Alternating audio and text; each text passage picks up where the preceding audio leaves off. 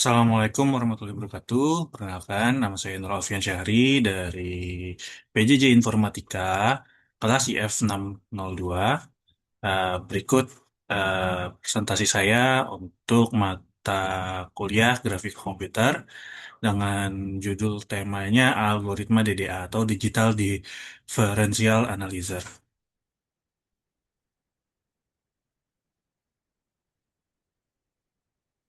Jadi, tujuan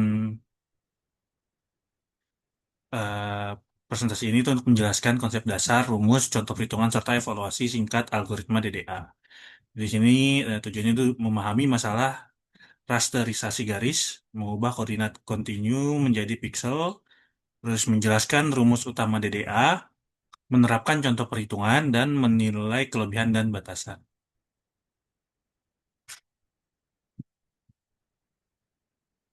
Pengertian algoritma DDA. DDA atau Digital Differential Analyzer adalah algoritma rasterisasi garis yang bekerja dengan menghitung posisi piksel berikutnya secara inkremental berdasarkan persamaan garis Y sama dengan MX plus B. Asal-usulnya, algoritma DDA itu dikembangkan pada era 1960-an, awalnya untuk simulasi analog, diadaptasi ke komputasi digital. Algoritma ini merupakan algoritma tertua untuk rasterisasi garis.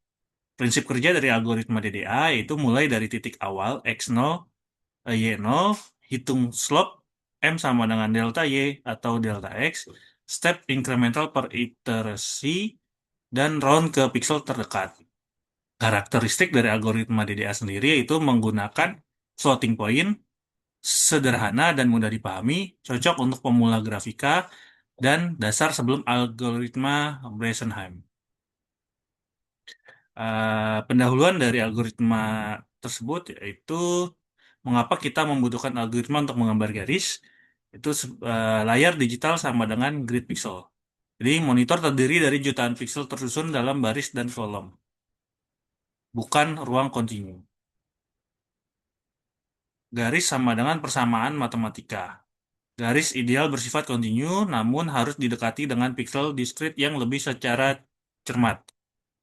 Efisiensi sangat penting. Jutaan garis digambar per frame. Operasi floating point mahal, perlu operasi bilangan bulat. Masalah dasar, garis versus pixel. Garis matematika bersifat kontinu, sedangkan layar komputer menampilkan objek melalui susunan pixel. Ini contohnya, garis ideal, restorasinya ini layar pixelnya seperti ini. Jadi tugas algoritma garis yaitu memilih pixel mana saja yang harus dinyalakan agar tampak seperti garis.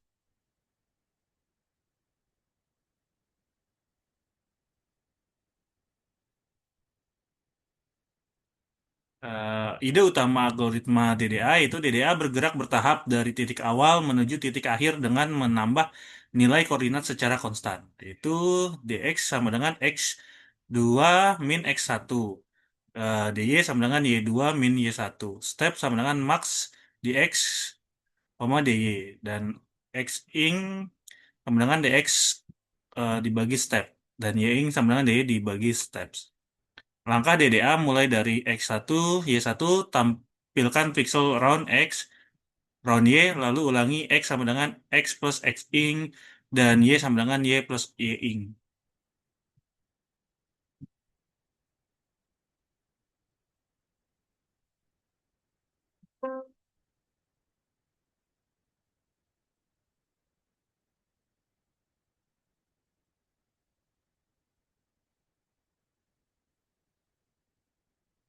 Diagram DDA, alur kerja DDA dimulai dari input dua titik, perhitungan nilai instrumen, lalu proses plot pixel berulang. Berikut diagram alirnya itu input X1, Y1, X2, Y2, lalu dihitung dx dan dy-nya, lalu step sama dengan max dx dy, lalu hitung x ing dan y ing, lalu plot pixel round x, round y, terus y plus sama dengan x ing, y plus sama dengan y ing, ulangi sampai step selesai. Garis raster terbentuk, baru garis raster itu terbentuk. Intinya DDA tidak menghitung persamaan garis Nol setiap titik tetapi memakai penambahan berulang.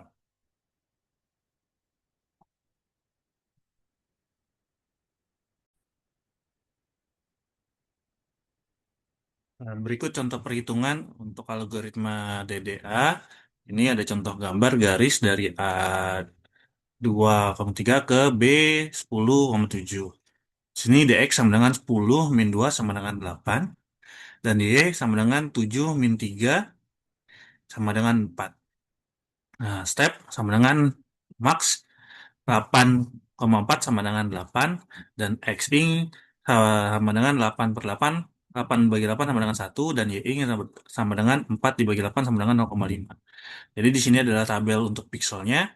Dari 2,3, 3,4, 4,4, 5,5, 6,5, 7,6, 8,6, 9,7, dan 10,7.